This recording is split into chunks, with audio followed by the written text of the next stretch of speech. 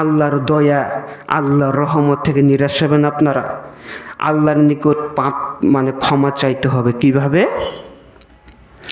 ও যুবক, তুমি গোপনে পাপ করেছ মুরব্বী, আপনি গোপনে পাপ করেছেন। আপনার পিতা ঘুমিয়ে গেছে যুবক, তোমার বাপ ঘুমিয়ে গেছে, তোমার ভাই ঘুমিয়ে গেছে। মুরব্বী, আপনার স্ত্রী ঘুমিয়ে গেছে।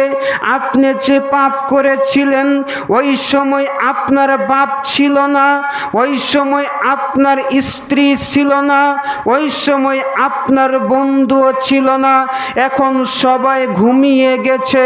এখন আপনি উঠুন, আপনি উঠে ওযু করে আল্লাহর নিকট দুই হাত তুলে ওজর নয়নে কান্নাকাটি করুন আর আল্লাহর নিকট বলুন, ওগো আল্লাহ, আমি পাপ করেছিলাম গোপনে, আমি তোমার নিকট ক্ষমা চাচ্ছি গোপনে। যদিও আমি পাপ করেছিলাম, আমার বাপ যদিও দেখেনি, আমার মা যদিও দেখেনি, আমার বোন যদিও দেখেনি, ওগো দয়ার আল্লাহ, কিন্তু তোমার চক্ষু আমি নাফরমানি বান্দা, আমি ফাঁকি দিতে পারি নাই, তার তোমার কাছে ক্ষমা চাচ্ছি।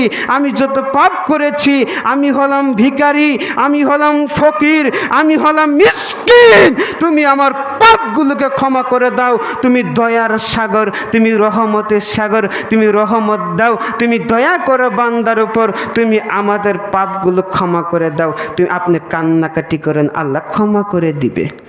সুবহানাল্লাহ বলবেন না?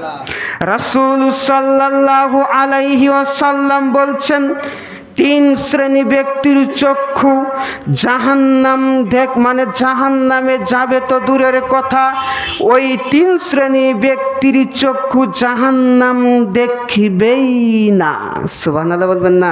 তার এক শ্রেণীর চক্ষু হলো ওই চক্ষু যে চক্ষু পাপ করেছে, যে চক্ষু জেনা করেছে, যে চক্ষু রাত্রিতে মেসেঞ্জারে বান্ধবীর সাথে জেনা ব্যভিচারের কথা বলেছে, কিছুক্ষণ পরে একটা আলোচনা শুনে আবার মন পাল্টে গিয়েছে, ওই চক্ষু বুঝেছে আমি পাপ করেছি, ওই চক্ষু তওবা করে, যে চক্ষু আল্লাহর রাস্তায় কান্নাকাটি করে, এখন তওবা করে ওযু করে আপনি ওজর নয়নে কান্নাকাটি করছেন, মাবুদ পৃথিবীতে আর কেউ মাফ করতে পারবে না, আর কেউর কাছে গেলে মাফ